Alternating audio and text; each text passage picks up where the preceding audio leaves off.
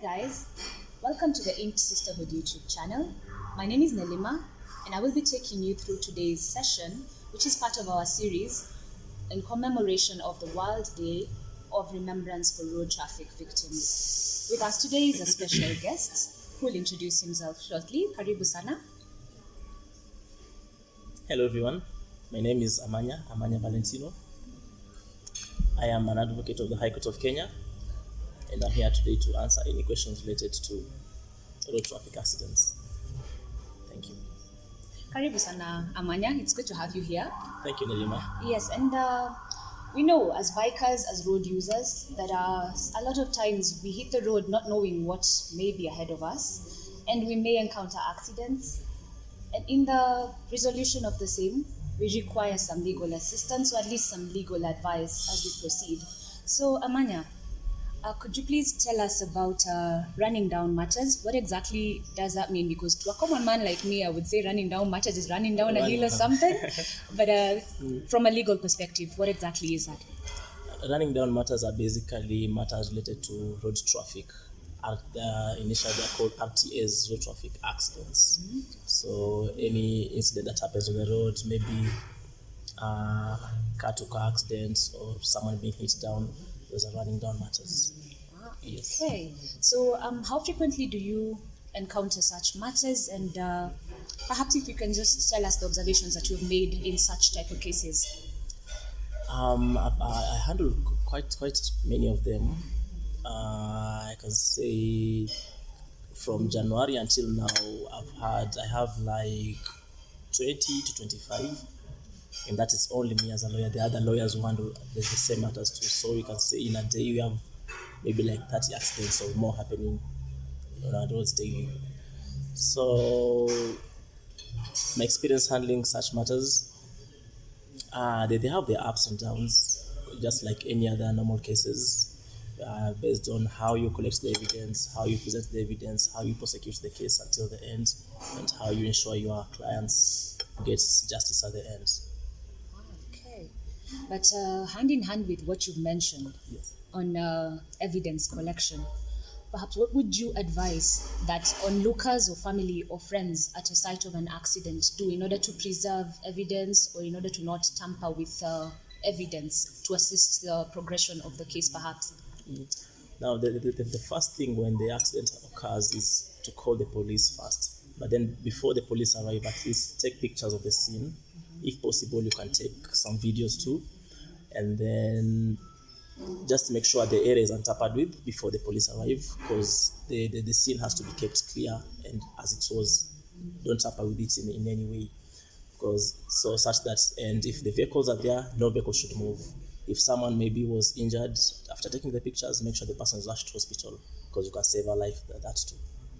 After taking the pictures? Yes. Oh, so it is of utter importance, because sometimes I believe in such accidents, someone may be so critically injured that a priority will not even be to take a photo or anything. It will be to rush that person to hospital. So I guess you have to use some discretion.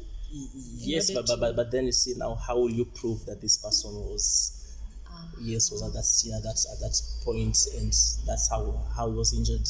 Because yes, the medical documents are supposed to fill, but again, the magistrate needs to see that this is what happened. You need to convince the magistrates and paint that picture of how bad that incident was, and the only way you can do that is by photographic evidence.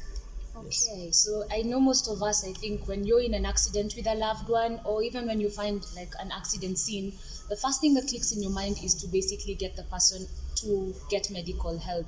But yes, it is clearly very important to also document the fact that that person was at the scene of the accident. Yes. So before you do that, even in the process of doing it, perhaps if there's someone else who can do the photo as you progressing to take this person to hospital. Yes. Okay, and now after that scene, what happens when the process with now the police, heading to the police, between that stretch and the perhaps to court? What exactly happens, or what is required of an individual or an accident victim? They're normally in two ways. There's the criminal bit and the civil aspect of it.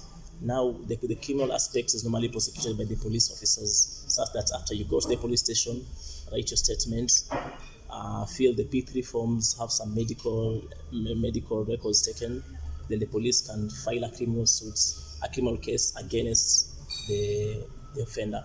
However, the civil side of it is that your family members now find a lawyer and you can prosecute the matter in a civil way now. The difference is that in the criminal way, in the criminal justice system, the offender is punished by either fine or imprisonment. But then the civil way is where the compensation part comes in. They value the damage that was caused. They also value any medical assistance that you got, the amount you spent there, and they give you plus interest and damages too. Also, let me get this straight. If the proceedings are only criminal, yes, there is no compensation for the accident victim. Many a times, yes. It's just basically prosecution and jail time. Yes, because criminals basically is about punishments. So they punish the offender, and the only way you can punish him is maybe pay some hefty fine, or or be imprisoned, or both. Okay, so clearly there's some aspects that us laymen do not quite understand about this legal process, which are very important. Yes. So how usually does the justice for a road accident victim look like? Because even as sometimes it is fatal. Yes. And in a case of a fatal accident, it is perhaps a breadwinner taken away, when you lose a loved one. So what does justice typically look like for the different variations? And also in line with that, for example, when an accident happens and someone has lost their lives, the victim has lost their life, who is supposed to do the registration of the matter at the police station? Because unfortunately the person, or maybe both who have been involved, have lost their lives. Who handles that aspect now that they are not alive to give their version of events? Yes. Now, to start with your last questions on who gives the accounts in case of death. Normally we have some people at the scene, the witnesses. Normally they can come and give an account of the events. However, if it's filing the case in court, then we have a close relative, either a wife or a child or a brother. They take out something called letters of administration. Yes, it's called ad litem. Yes, so you take temporary letters of administration for you to be able to file that case on behalf of the deceased person. Okay. Yes. How the justice system looks like, it varies depending on how fast you prosecute the matter, how fast you adduce the witnesses, and also depends on the court's diary too. So that we have some matters taking 5 years, we can have others taking 3 years, others 2 years. They vary. But normally, as I say, the criminal bit is the prosecutor that does it to the full. So the rate at which they adduce the witnesses is what will determine how long that case takes. Yes. Okay, but there are various ways that cases are generally settled. Some people agree to perhaps settle out of court. Yes. Also, in such a scenario, is there any, is it an arbitrator will be required, or what happens? Yes, because there are different ways. You can have, there's mediation, there is arbitration, or there is a negotiation. You can have a third party coming and trying to negotiate between the two of you and find maybe a good amount that can settle the issue. But it's not mostly preferred for fatal accidents. For fatal, I mean the ones that have led to death, because you see, you cannot pay someone's life. Yeah, yes, you can't quantify someone's life. Yes, but in case the two of you can agree, then well and good. It saves on time. It is fast, and they won't be that bad between the two of you. Okay, another thing is that sometimes, honestly, I believe as a family, you may note that it might be emotionally distressing to continue through the court process, and you're processing perhaps grief over loved ones. So I think that those would be the instances where maybe some people opt to settle some of these things outside of court. Yes. That is noted. You have been very resourceful. Quite honestly, there's so much that I've learned today that I did not know about. Yes, thank you. As we near our closing, yes, we are, as I mentioned at the beginning of this interview, we are remembering road traffic victims. Yes. Do you have any particular person perhaps in your life that you have sadly lost to a road carnage incident that you would like to remember? Yes. That question raises so many emotions. I had an uncle that lost his life along Jogo Road think should be 2 or 3 years ago. He was coming from work and then he was knocked over by these 4 travelers, the matatus. And funny thing, he was found the following day because it was late at night. It was way before the curfew, so it was late at night.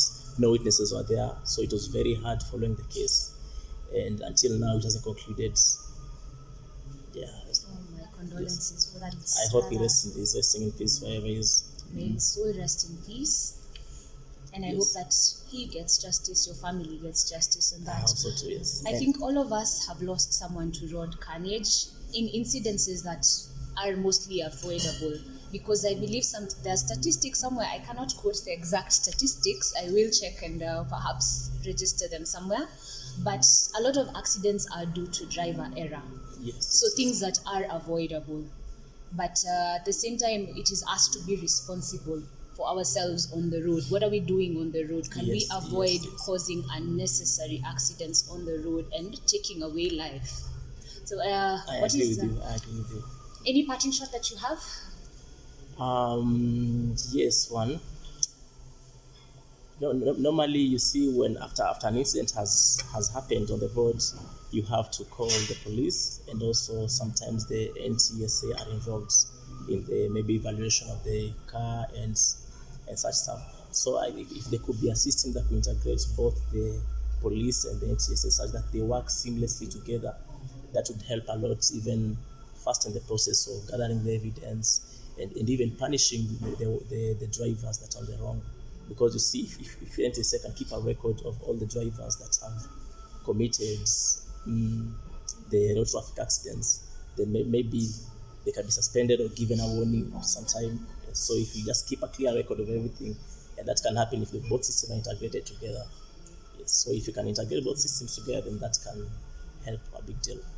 Yeah, I agree with that, because the unfortunate thing is that some of these people who cause accidents are repeat offenders. So they've done it several times. And like in hit and run instances, I personally had an instance where I got hit and I was able to capture the registration details of the vehicle. Yes. But unfortunately, nothing was able to be done. And the same person who hit me perhaps may get into a more serious accident and this time cause death, because when someone is able to get away with that offense the first time, the second time, it's something that they get used to. Yes. So by integrating those systems, it will ensure that when the police have this report, that driver is able to be traced, and there is at least some sort of punishment. It will deter them. Yes, going forward, I think that is a very good suggestion. I hope the authorities are going to watch this video and are going to at least work towards that. Yes. So we've come to the end of our coverage today with Valentino. Thank you so much for coming, for sparing time to come and educate our subscribers and anyone else who's watching our channel. And those who haven't subscribed, please do, so that you can benefit from all this beautiful content that we're going to be giving you on biking, on road safety, which I believe affects all of us, because we are all on the road at any time. Thank you for watching, and bye. Bye, guys.